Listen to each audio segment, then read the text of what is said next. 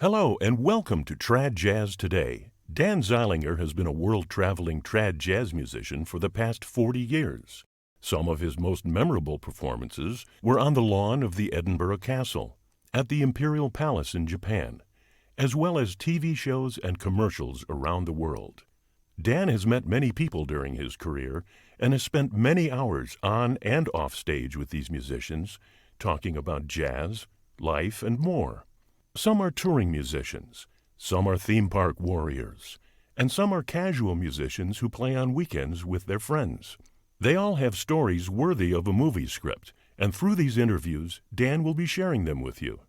Now, Dan Zeilinger. Hi there, this is Dan Zeilinger with Trad Jazz Today.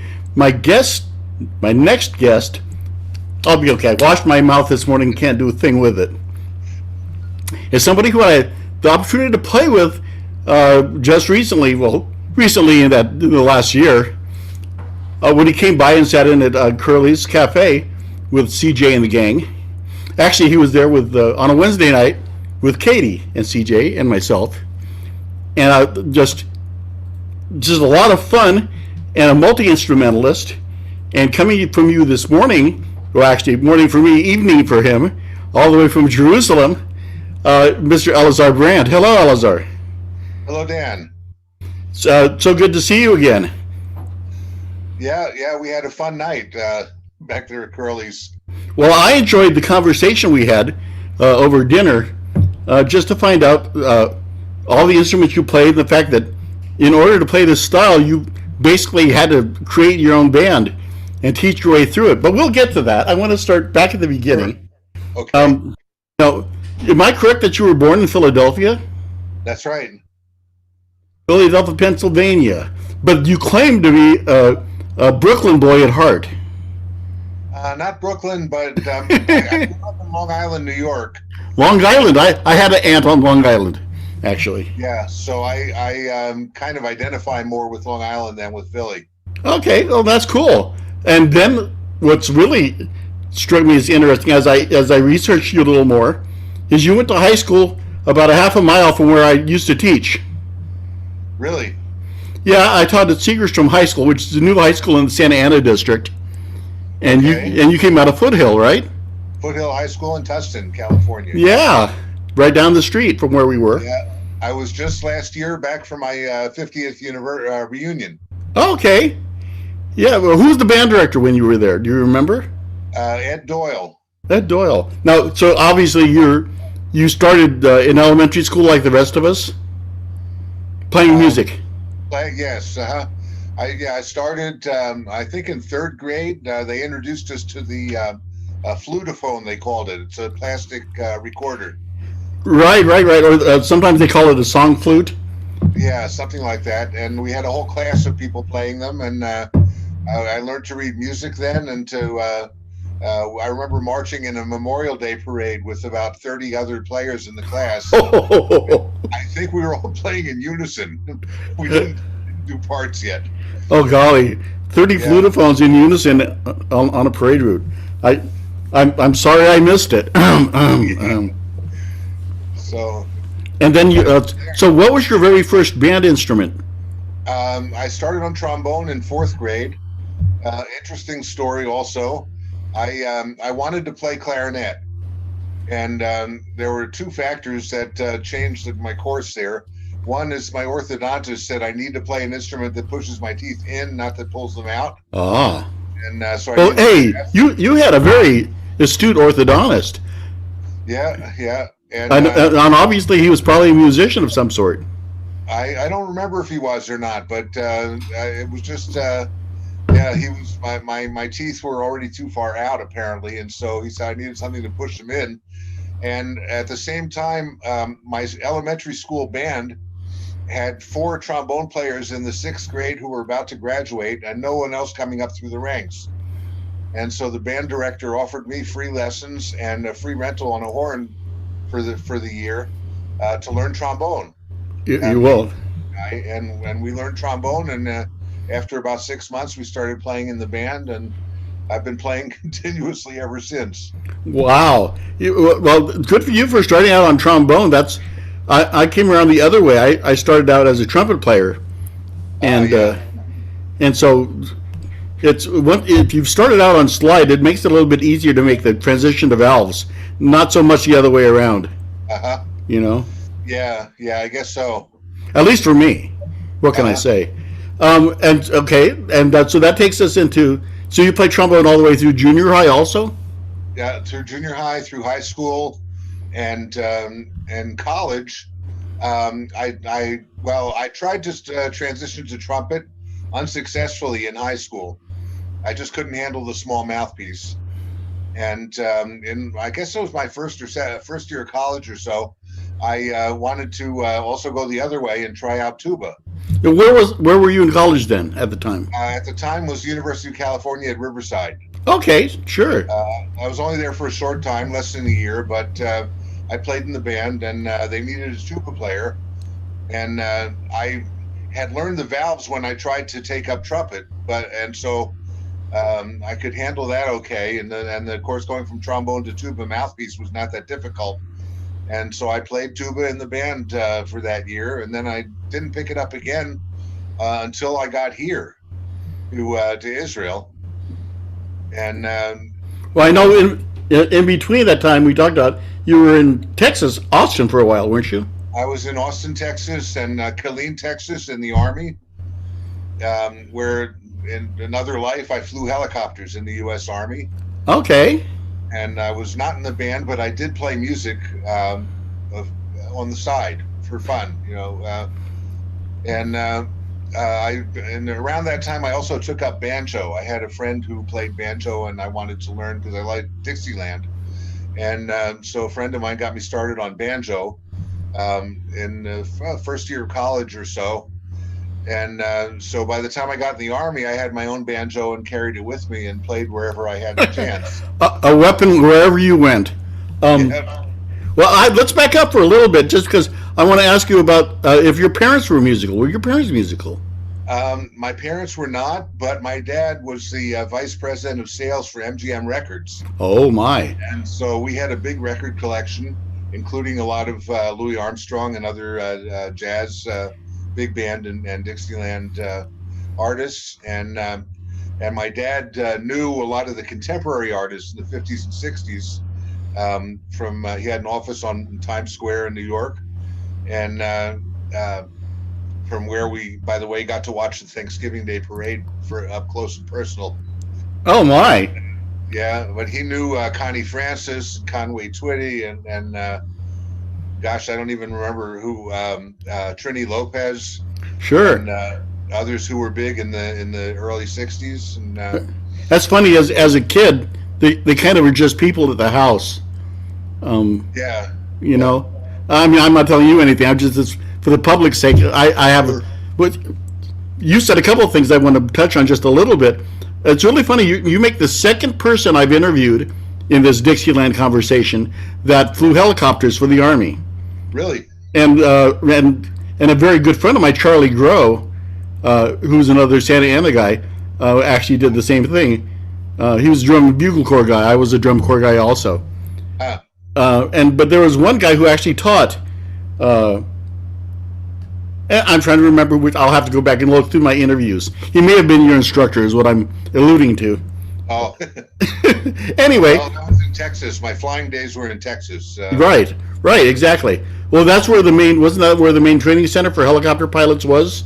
Yes, there, and the primary school was in outside of Fort Worth, and the advanced training was in Fort Rucker, Alabama, Okay. southern Alabama, near the Florida border. Not that you wanted to dwell on the helicopter thing. I just thought it was really curious. Yeah. As I do these interviews, there are some strains. This is not one of them normally, but there are some things that are in common with a lot of Dixieland players. One of them is steam trains. Uh-huh. A lot of the guys, like Ward Kimball, and a lot of the guys around the Anaheim and Disneyland area, all got into steam trains because of Ward Kimball. And so there's a huge community of steam train guys. And then the other one that's common is high tech. A lot of the Dixieland guys have high tech day jobs.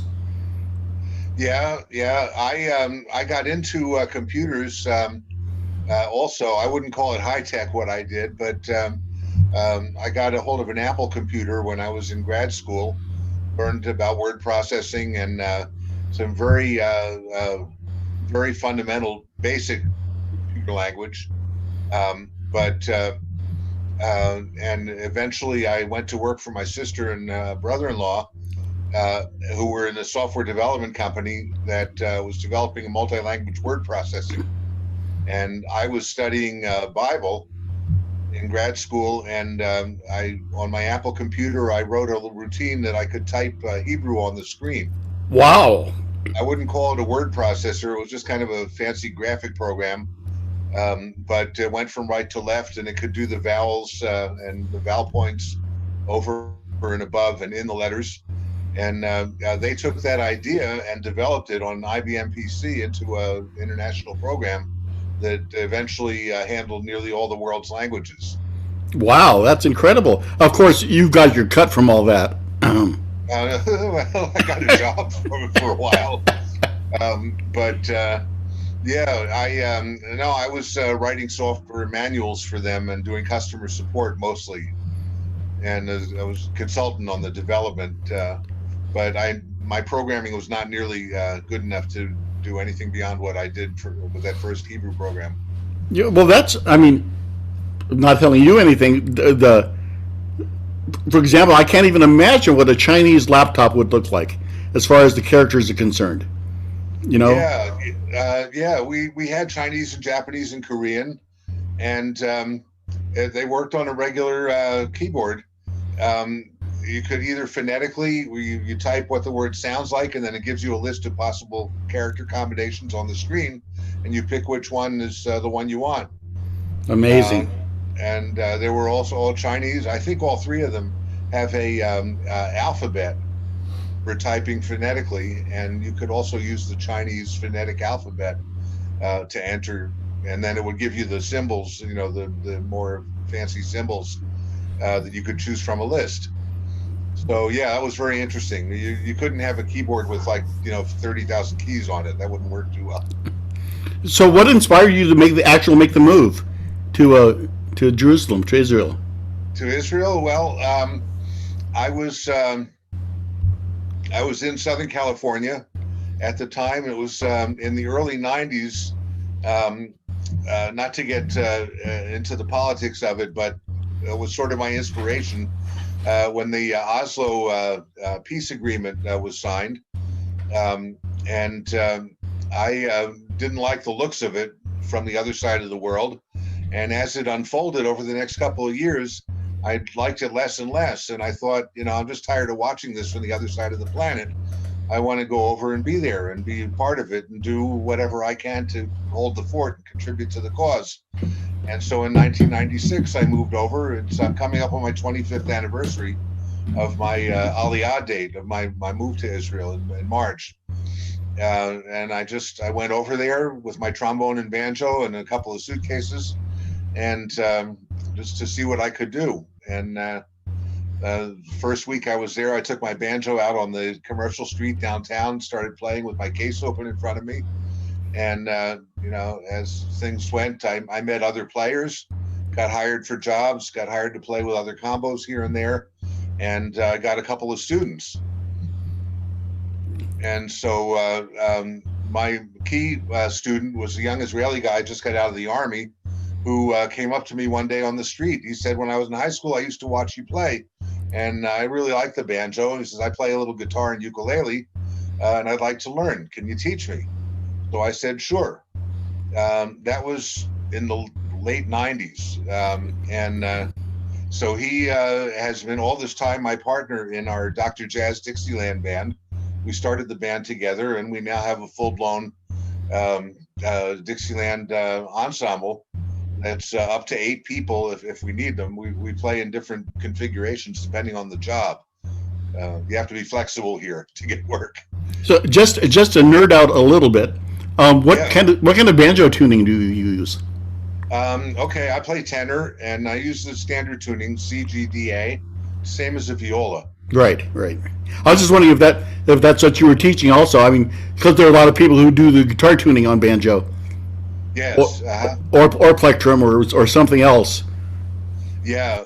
I know. Actually, I know a couple of guitar players over here. I don't know if they're still playing, but when I first got here, there were a couple older fellows who played guitar, and they took a banjo and did either 4 or 6 string guitar tuning, so they could play banjo, but with the chords they were familiar with on the Right, right.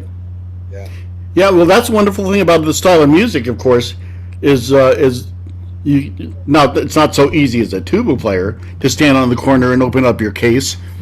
A lot of people don't I've done necessarily that come by a and couple of times too. people don't necessarily come by and toss coins in to hear the bass line to Dinah. You know what I'm saying? Yeah, But right. Yeah. but that is not now. It's a really common thing, of course, in our style of music for people to be multi instrumentalist for the very same reason. I believe that not only are you talented, obviously, but you have to be able to cover whatever part you need. Yes. Well, that's what happened to me. Actually, in my first year here, I met a friend, kind of a crazy guy. He made his own. He was a clarinet player and reed and woodwind player, but he made straight trumpets like for ceremonies, Uh huh. which which we have a lot of over here. And he figured I not played trombone, I could probably blow the trumpet too, and he didn't know. So he asked me to play in some gigs. You make 150 bucks for blowing fanfares on a straight trumpet for an hour or so. And so I said, sure, why not? I was taking everything that came along.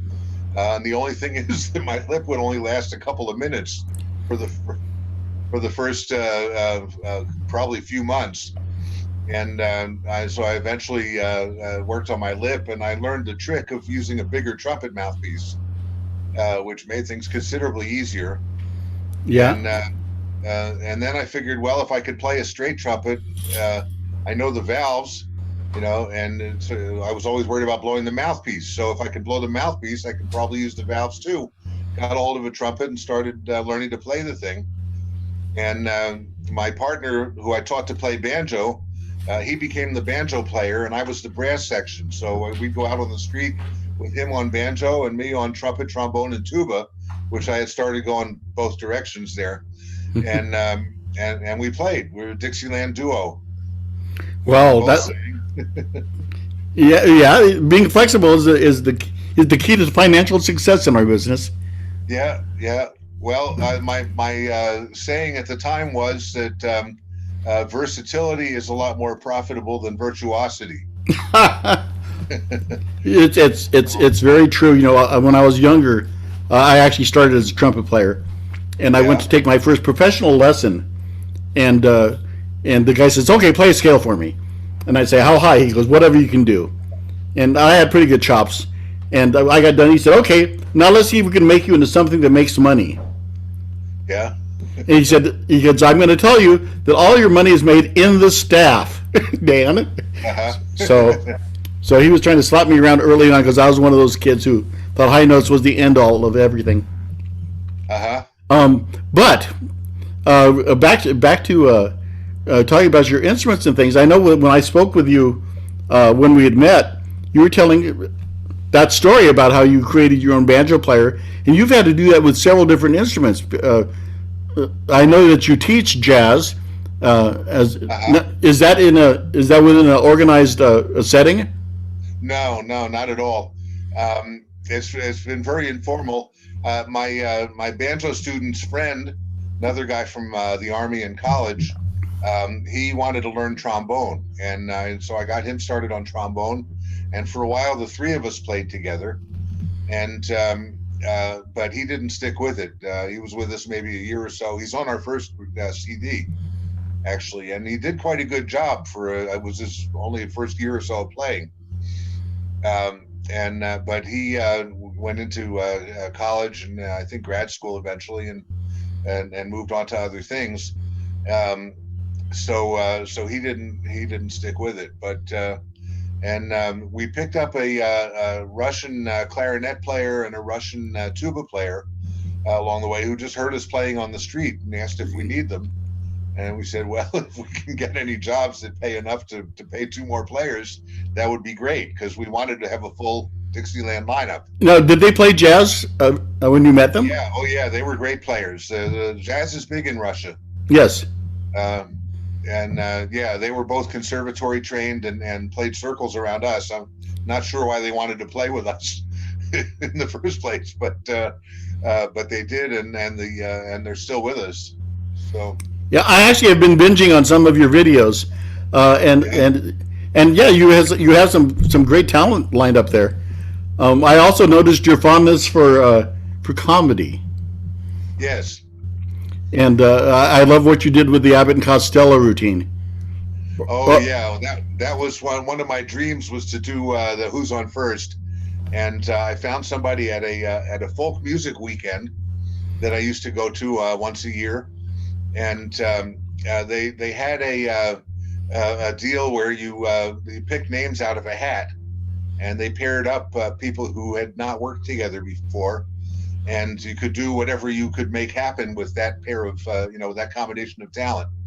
And so this gal sang, and she played the flute, and she also had a good sense of humor. And so I asked her if I adapted the Who's on First routine to the Dixieland band instead of a baseball team, would she do it with me? And so she agreed. And she lives in northern Israel, so we were practicing by phone until the actual day before the show. And I would have liked to hear one end of that conversation and not know what we were talking about. Anyway, and we did it with a script. It was just too complicated to try to memorize it under those circumstances. Oh yeah. But we had it fluent enough that we pulled it off. And as you saw, we got a not very good recording of it, but it's out there for posterity. Yeah, no, it actually came out okay. Yeah, it's obvious that the timing wasn't quite as slick as the original, but but the adaptation was really fun.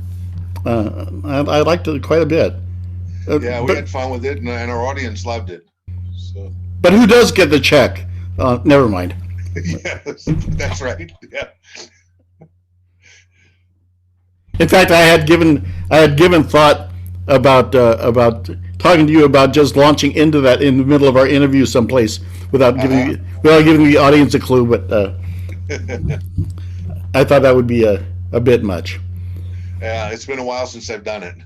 So, jazz in Israel, and you're teaching classes. Is there interest among the youth?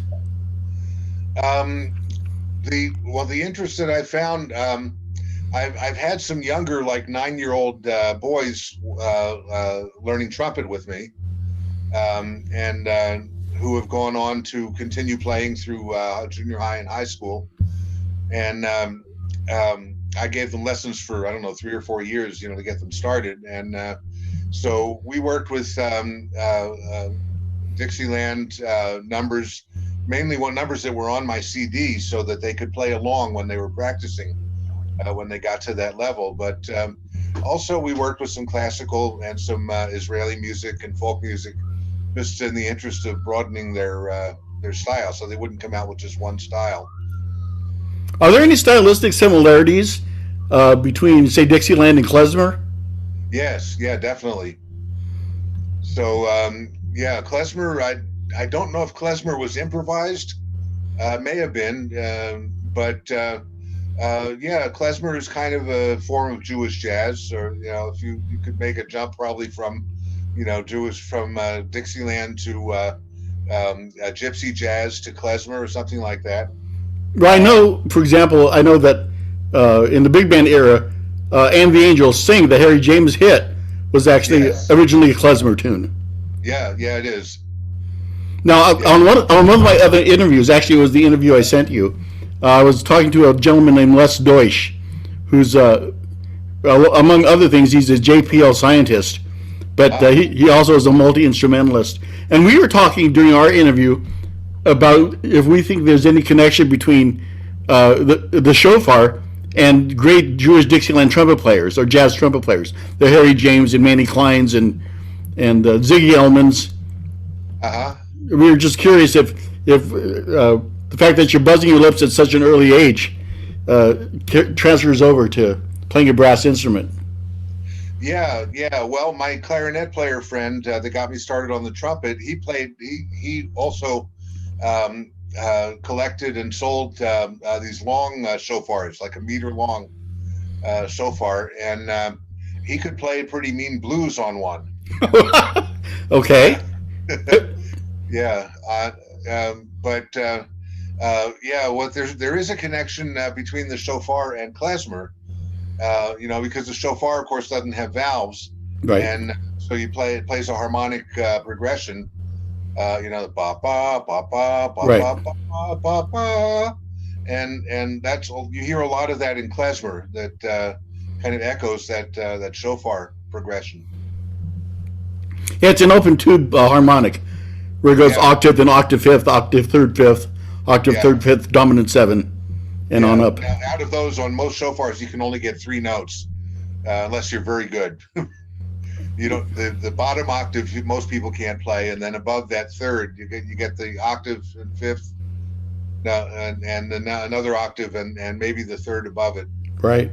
And beyond that, it's also very difficult.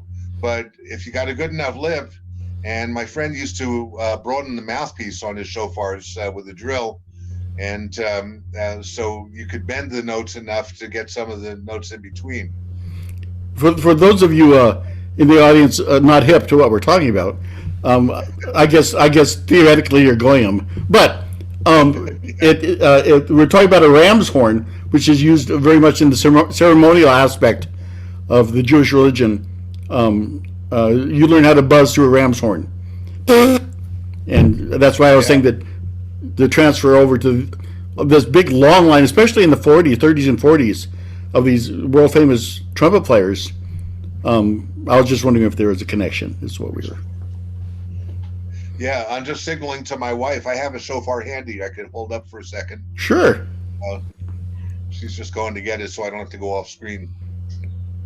When I was, it's interesting talking to somebody from that side of the planet. I was actually raised on army bases and Air Force bases around Turkey. Uh-huh. My father was a contractor for the armed forces, so we spent a couple of years in Adana, and 2 in Ankara, and a couple of years in Istanbul when I was a very young boy. Uh-huh.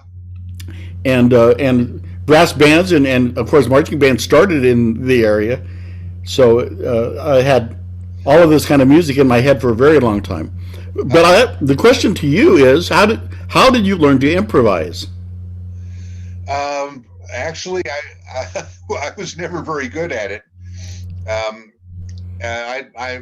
I guess listened a lot, and it took me a lot of years to learn how to trust myself enough to play something that I didn't think through or have written in front of me in advance. Louis Armstrong said one of my favorite jazz sayings. He says, "Look, I just play a note. If it doesn't sound good, I play the one next to it." And so, that's been kind of my method. I still to this day, I don't stray very far from the melody. I may play a harmony or a counter melody or something like that, or just dance around the melody with Sure. some trills and some going up and down a little bit over and above the melody line, and to do that syncopated. And on the trumpet, that works pretty well because I'm usually fronting the band anyway, and so I mainly play the songs in and out, and the other guys do the more serious improvising in the middle. Okay. But as a teacher now, are you teaching improvising? No, only basically to try to get people to do what I just said. And to embellish, yes. Yeah, to embellish the melody and play with it. I mean, I had a trumpet player working with us for a while back in the early days who was classically trained, and we could play 5'2" or Won't You Come Home, Bill Bailey, and he sounds like he's playing it in the symphony. So I said to him one day, "Hey, help me out a little bit here. Play a couple of eighth notes instead of a quarter note." And he says, "Oh, that's a good idea." And he erased the quarter notes out of his music and wrote in eighth notes instead. Oh, that's And funny. I said, "No, that's not exactly what I had in mind." He had an unerring sense of the downbeat, is what you're trying to tell me. Yeah, he was just played very rigid. So, yeah. So here's my wife brought my shofar here. Oh, there we are. Yeah. So it's a horn from a ram, and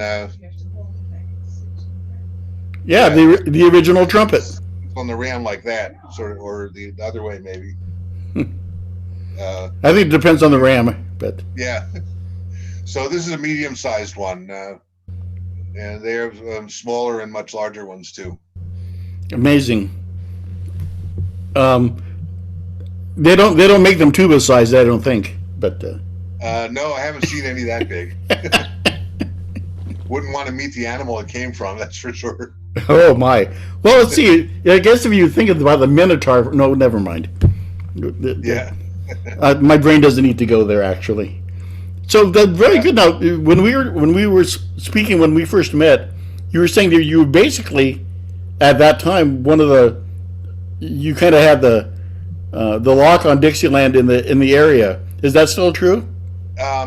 No, actually, when I first got here, I knew of only one other Dixieland band in Israel that was active, and they were not in Jerusalem. They were in Netanya, up on the coast, north of Tel Aviv, and they were mostly older fellows. They were like my age now, but this was 25 years ago, and they had been around for a while, and they were played, and I met them when they came to play in a show in Jerusalem one Saturday night, and I brought my banjo to the show because it was an informal venue where often there was jamming afterwards.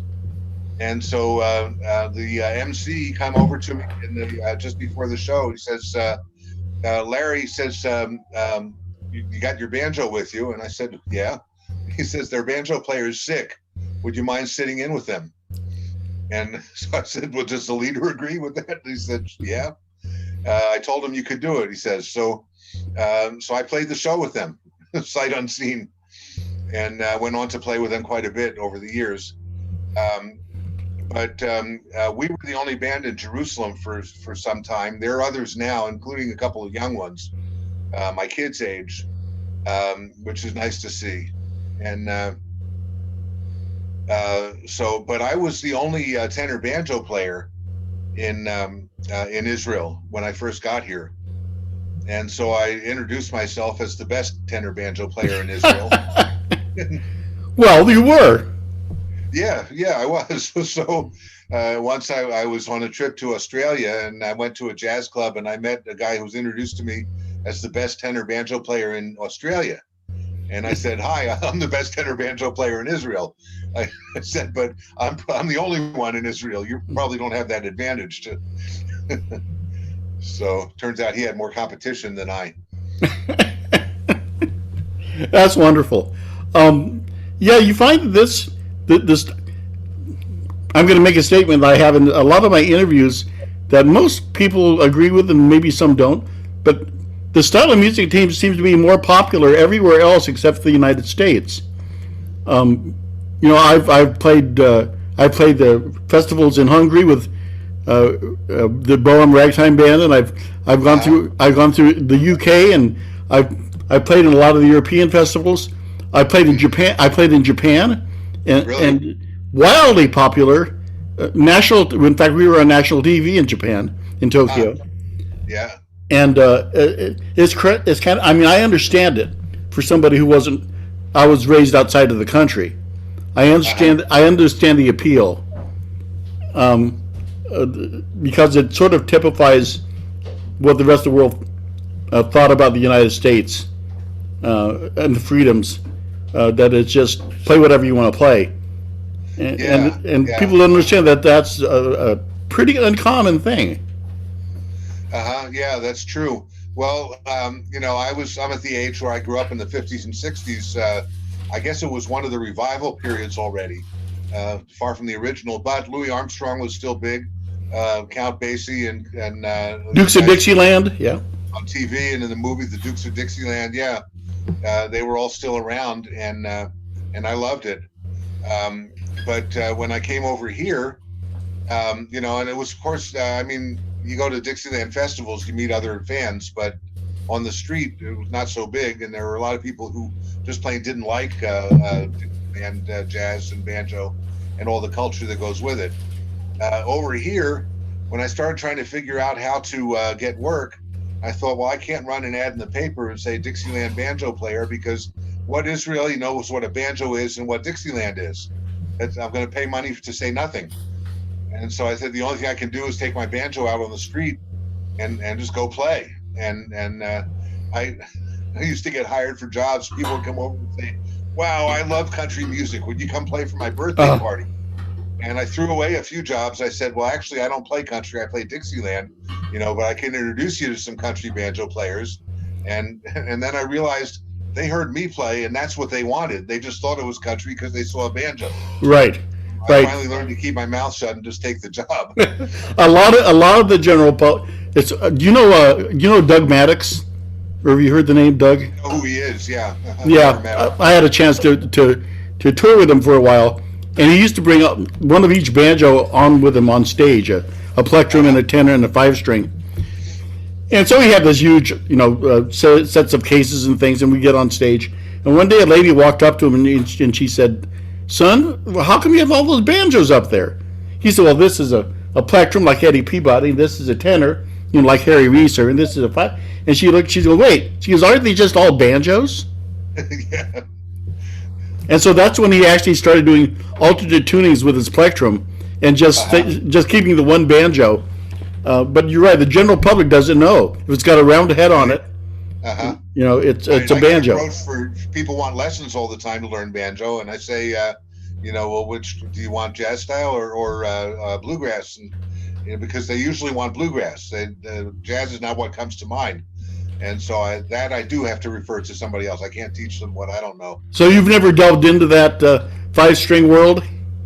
No, I've tuned my tenor to the 5-string without the drone string. Just to play around, but back in the beginning when I was new at it. But I never went very far with that.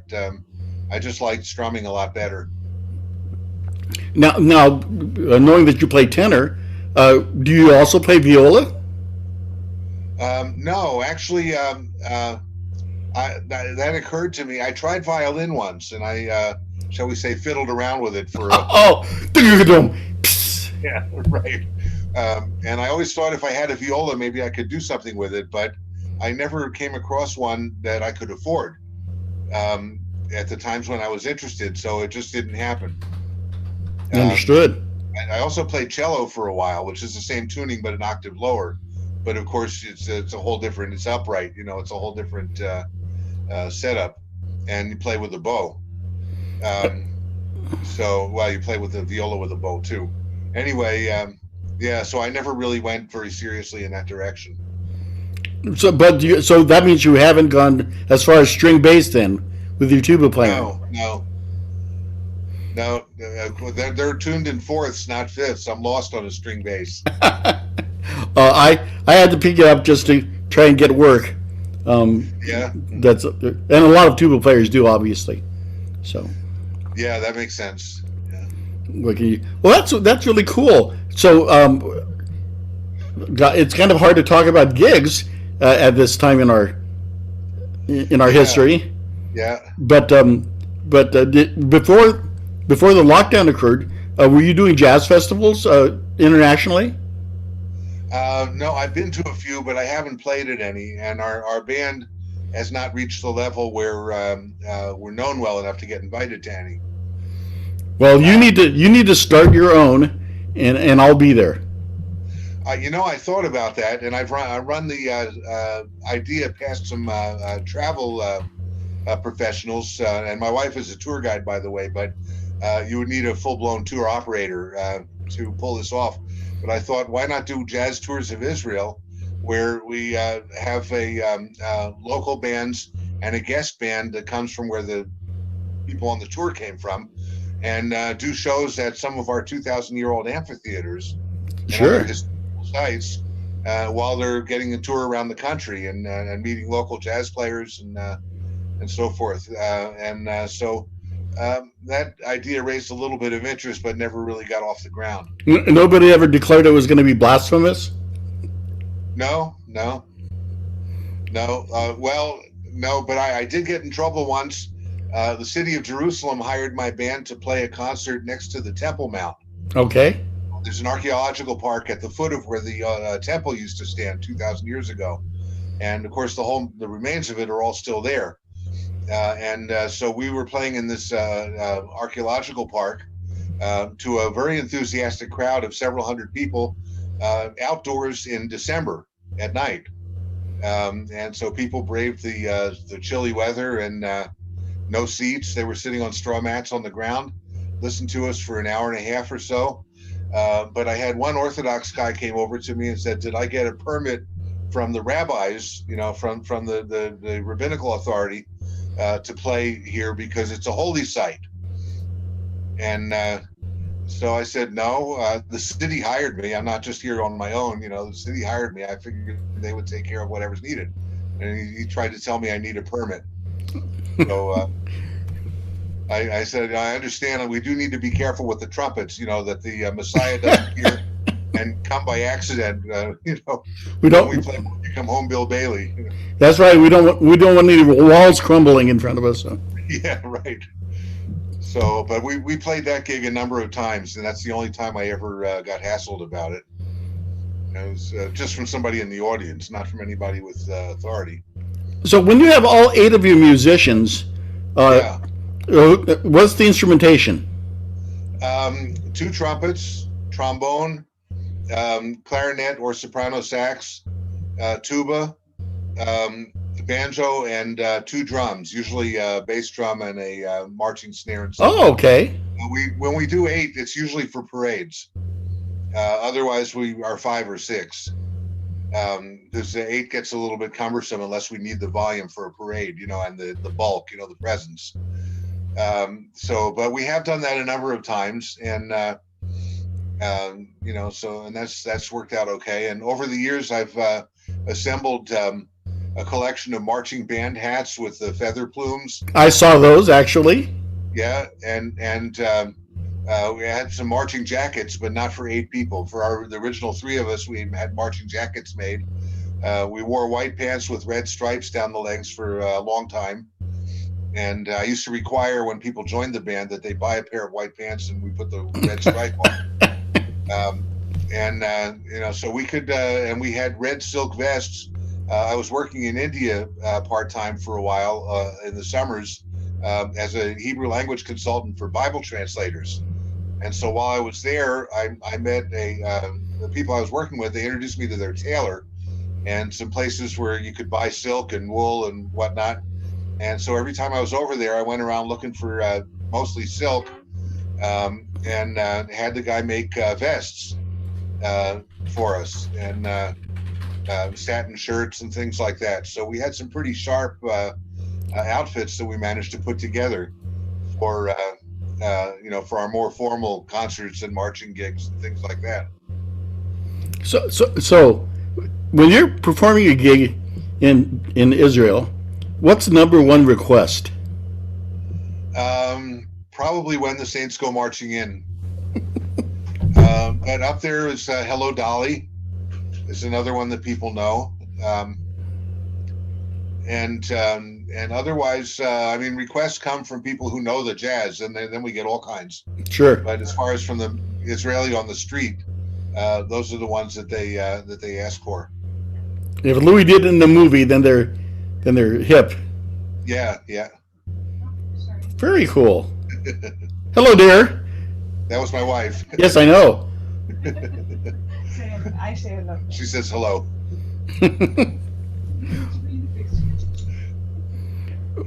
Excellent. Well, listen, I want to give you some time here at the end of the interview to plug what you have plugged. Is there someplace people can buy your music?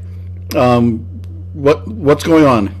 Yeah, okay. We have the Dr. Jazz Band has 2 CDs, and we have a YouTube channel. In the last couple of years, I've been moving into retirement, and I handed the reins of the management of the band over to my banjo player partner, who was originally my student. And so he's got us a big web presence now, and I've been not so involved with it other than looking at it after he does the work. And I'm ashamed to say I don't know the addresses offhand. Maybe I should have prepared that. But we have a YouTube channel that's Dr. Jazz, DR, and then Jazz. And if you're searching for it, you could put Dr. Jazz Israel or Dr. Jazz Jerusalem, and it should turn up. And we have a Facebook page, Dr. Jazz Band. Might say Dr. Jazz Dixieland Band. And I believe that's also with DR and then Jazz. Yes. From there will be links to other things. We have the 2 CDs, and I have a CD as well. I made a solo CD about 10 years ago, more than that now actually, where I played all the instruments. So I played trumpet, slide trombone, valve trombone, baritone, cornet, and F mellophone, and tuba, a hi-hat cymbal, a washboard, and for a while I was learning clarinet to see if I could go that direction too, and it didn't last very long because I never got very good at it, but it's on my solo CD. There's some tracks with me playing clarinet as well. Clarinets make no sense whatsoever. Yeah, not to a brass player. If it was like a saxophone where you could hit an octave key and switch octaves, that would make sense. But a clarinet and that 12th, it just doesn't make any sense. No, I know. I never tried the saxophone either. So anyway, you have my email address, or I can say it now if you want. Go ahead. People can also write to me if they're interested. My CD is at the moment probably not on the internet. But anyway, I am on Gmail and at Elazar B. So it's ELAZARB at gmail.com.